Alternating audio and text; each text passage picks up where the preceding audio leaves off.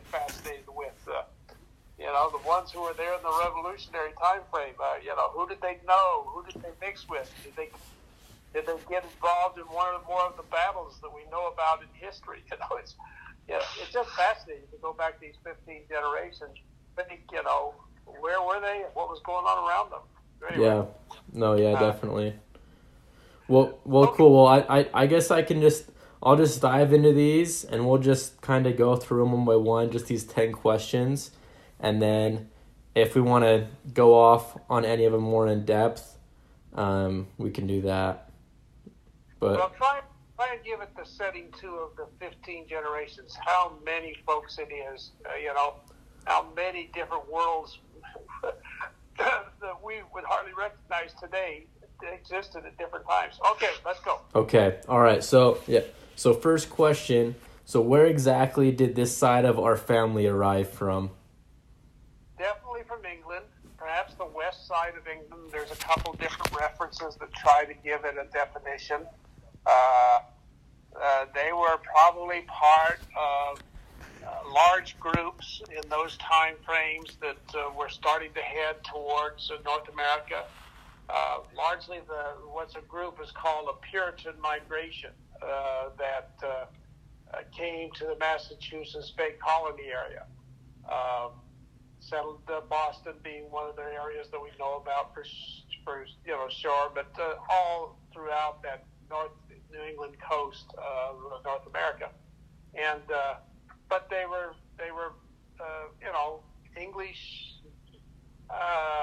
probably less likely to be people of property or distinction, more likely just to be people of very modest incomes, farmers or small townspeople with very little property, I would suspect, in England.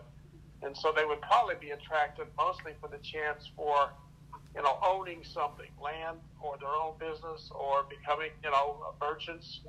But anyway, yes, they came from England with that Puritan migration. Okay, awesome. Next question. So what would have been the driving force that made them pursue a life in the United States? I think the lack of opportunity in England was a big driver. Just a lack of opportunity. I think a big driver would have been religious freedom. The Church of England, the Anglican Church, was the dominant religion. They were paying taxes to support that church in England. They were subjected to a lot of controls from the church and the state. And these people had converted to, more of a different Protestant Christianity. And so I think religion was the second driver. I would think the third thing probably was just the upside. Not just property, businesses, and the chance to be really independent. I would think they all had aspirations to be, independent. Now, some of them came, they were, working for already companies that were trading or developing or, trying to have businesses extended from England to New England. People who needed a certain kind of crop or people who needed a certain kind of lumber or something else. So some of those people came with a connection back to England to support a business. But I'd say religion and property, probably the two big drivers. Awesome. Perfect. Do you know anything about their circumstances, like upon their arrival? I think the big thing was just the scare of survival. Remember how many of the people just 15 years earlier, the pilgrims coming out, there was a duck pilgrims, what do we call it? Yeah, the ones who were on the Mayflower. Anyway, about half of those died in the first year. So I think, even in the 1630s, 15 years later, the first scare is survival. Many of the early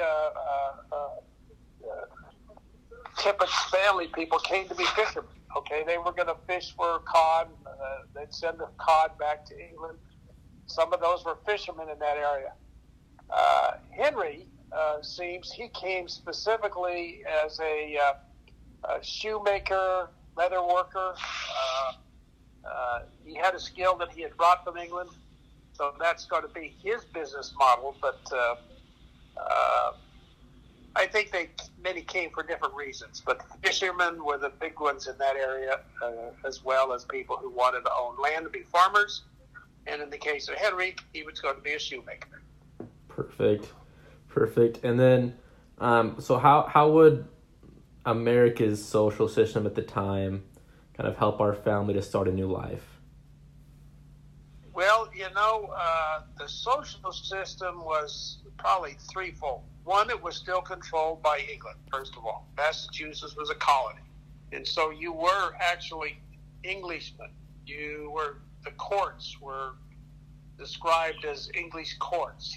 The governor was appointed from England and came to Massachusetts. So, first of all, they're Englishmen, okay, with English institutions. Secondly, they are very much impacted by their church. I mean, their church just is it is their local community. What we today might call a congregational church, or I guess congregation would probably be the best comparison, but the church that they brought with them was very real. How was the question structured again? Just how did America's social system help our family start a new life? So that was great. Like, that was probably all we needed for that one. Yeah. It was family, church, and survival, and the fact that it was English. It really was English. I mean, how much we as a country inherited from English court, English law, English language, English culture, history, etc. They were, first of all, English. And the big difference with America was probably twofold. They were now property owners and had land. A lot of them farmed. But the second big thing that probably was gradually quite different was this, I don't know, very early, but at some point there's certain kind of independence. Yes, I'm English, but I'm also North American. Yes, I'm English, but I'm also American. I mean, I think there was a gradual transition to being a different, a distant, different cousin of the people in England. Okay. All right. Awesome. Let's see here. In what ways did the American government make life difficult? First of all, again, the first government they dealt with was the English government, which was distant and thought England controlled them. And so I think that was the first thing, was the chafing of a certain amount of still English control, English dictatorship, if you wanted to call it that. Governors who were aristocrats and had little concern really for the people they were living with. So I think some of that was a nuisance, and gradually they would chafe a little bit with the church control. Even if they were very religious, we became more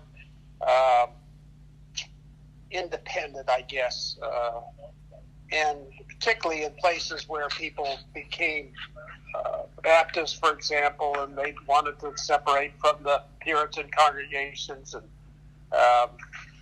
people who came over who were of different faiths. I think the control of the religion and the church probably began to be something that would irritate them to some degree. The one thing that was also interesting was that they were largely big families, and so every generation had to find new homes, new opportunities, new businesses, and so you had a lot of the sons and daughters gradually move west into western parts of Massachusetts, and maybe down to Connecticut, and then over into New York. So you had a certain flow of people. I'm not sure how the government was a problem for them per se.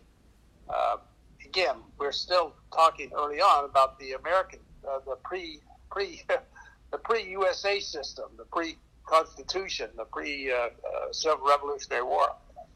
As you get through the next generations into the 1700s and the Revolution, etc., then all of a sudden you start having what we would call politics. You had the Federalists, and they were pretty predominant in New England. But you had more Republicans, some of the ones from particularly Virginia. And so you began to have political divisions and strong feelings.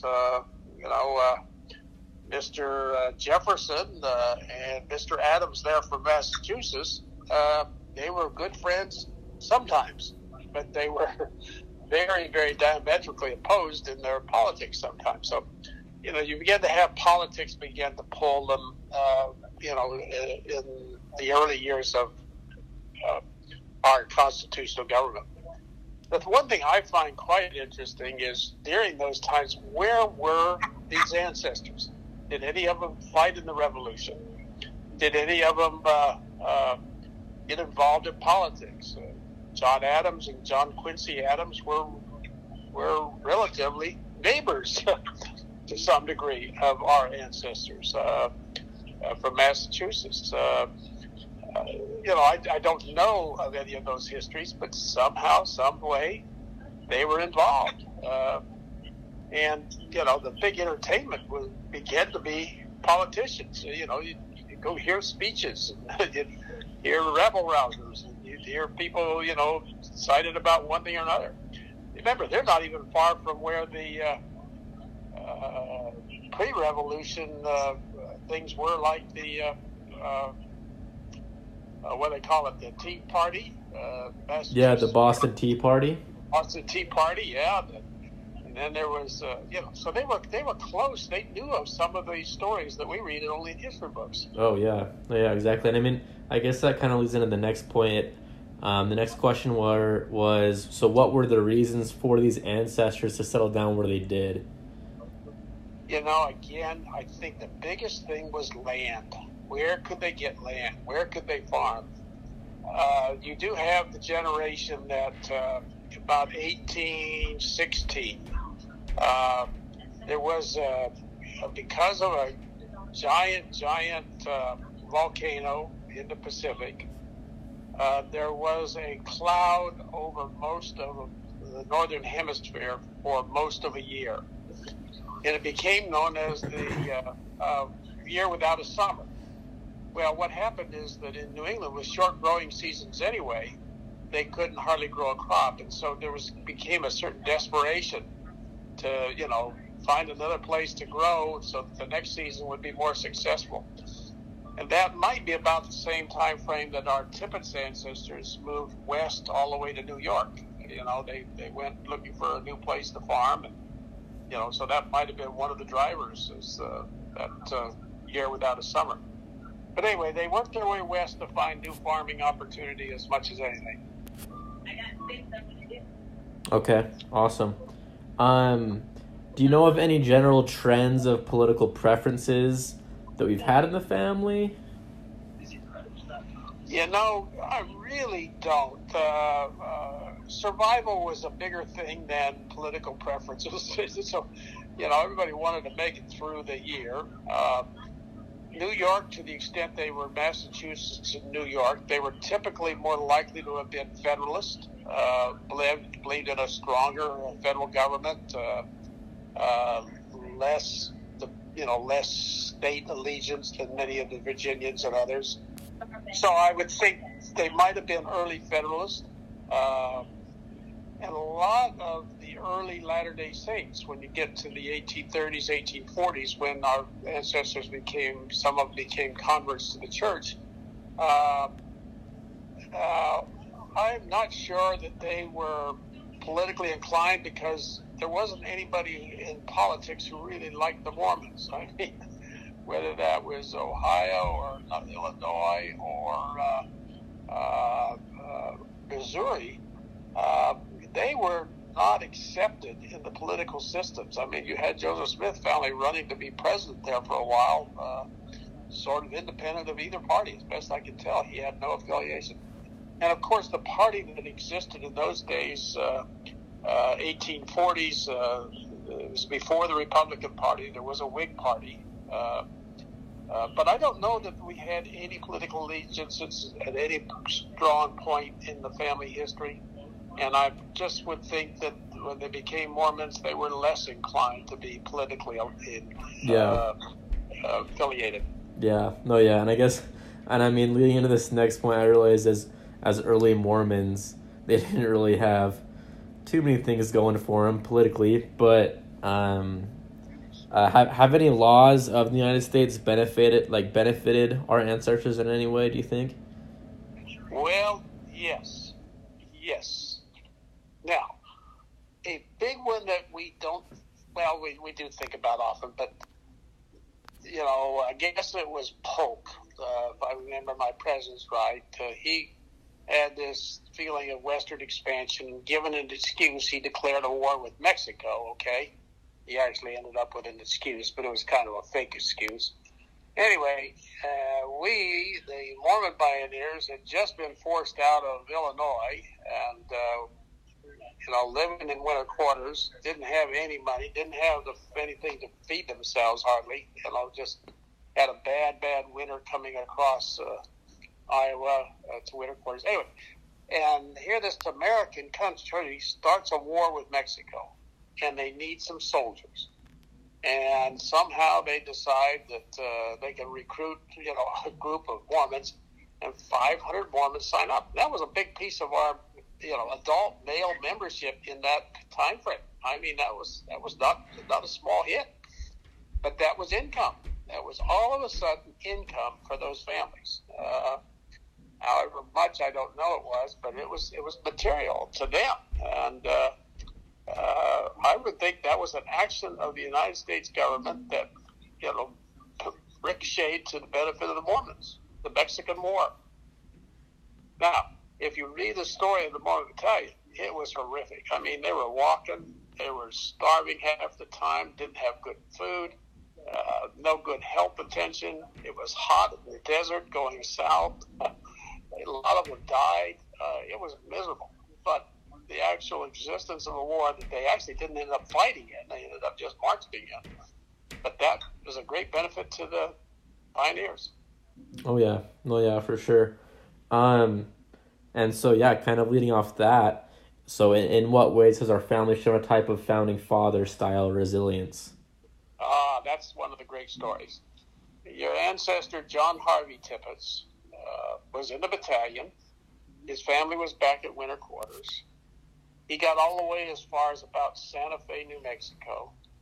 And he and a fellow by the name of Thomas Woolsey were assigned to take a sick group of battalion members who were sick, got them back to, where was it, Colorado Springs area, somewhere there. I'm trying to, Pueblo? Well, yeah, I think Pueblo. But anyway, got them there. And then he and Thomas Woolsey is an ancestor on your in-law side, on your Woolsey side, but he and Thomas Woolsey went from the time they left Santa Fe with the sick detachment, then went back to Pueblo, and then went back through what we now know as Denver, east along the South Fork of the Platte River, joined up with the rest of the Platte River, went all the way back to winter quarters. Took them 52 days. They had mules most of the way, but it was an adventure. They were captured by Indians. But then my point is only to your question, did they show unusual pioneer spirit or unusual? What was your question? What was the way that was worded in the question? Oh, I worded it just as I put founding father style resilience. Yes, I think this was one. That is, that they were off into the wildernesses just to some degree, like their ancestors 200 years before them, the 1600s. They're all of a sudden in the 1800s. They're wandering around in unsettled parts of Colorado and Nebraska, making their way with a couple mules in the mail. Now, there were explorers who'd been through all of that area. I mean, the areas had all been kind of identified, and there were some early settlements and some forts and what have you. But generally speaking, that was just about as primitive a country. And to a degree, the Indians had now been warned about the white men, and to this degree, they were walking an area that was more dangerous Indian-wise than Massachusetts had been 200 years before them. So, you know, they were having some experiences like their 200-year earlier ancestors. Okay, awesome. And then the last question that I put here, and we can go off on, take this a couple of different routes, but are there any family experiences in particular that reflect this will to survive? Well, besides the John Harvey story, there is my dad's story, of course. Dad, now another 100 years later, okay, from 1846, 47, we're all the way to 1943. But it's when Dad was in an airplane crash in January of 43. He is stranded on a mountain, but he and these three other men who do survive all learned to cooperate together. They were just about as similar a trait as maybe the first ancestors in New England who lived scarily through the winters of New England while they tried to survive through the winters. Well, that's what Dad and his companion were having in 1943. They had to take care of each other. They had to find a way to keep fires burning. They had to find different things for food. They had to finally hike out, find their way to a place to possible rescue. So my point is, here you have that going on to some degree with the original Pilgrims, 1630s. You have that going on with John Harvey in the 1840s, and then you have it going on to some degree with Joseph Henderson Tippett in the 1940s. So, yes, there is some repeats of this survival, recovery, endurance, whatever you want to call it, kind of experience. Okay, awesome, perfect. And yeah, I can just stop it there. 1630s, you got the Mayflower story. You've got the earliest Pilgrims. The early 1700s. You've got the gradual independence movements towards the Revolutionary War, and then you've got the battles with the Indians, and then you've got the early 1800s. You've got the War of 1812. You've got the shipping merchants become very, very successful from New England into the Atlantic, and then gradually you've got the Western movement. Small movement to New York, then to Illinois, and then to the West. Things that are all described in history. Well, your relatives were to some degree close to all of those different things. We talked about the Mexican War. Dad's loss was during World War II. The Japanese were in the Aleutians. So a lot of things are going on. I think one of the things that we have sent to you, I'm not sure where you'll get this, we sent you a book about the war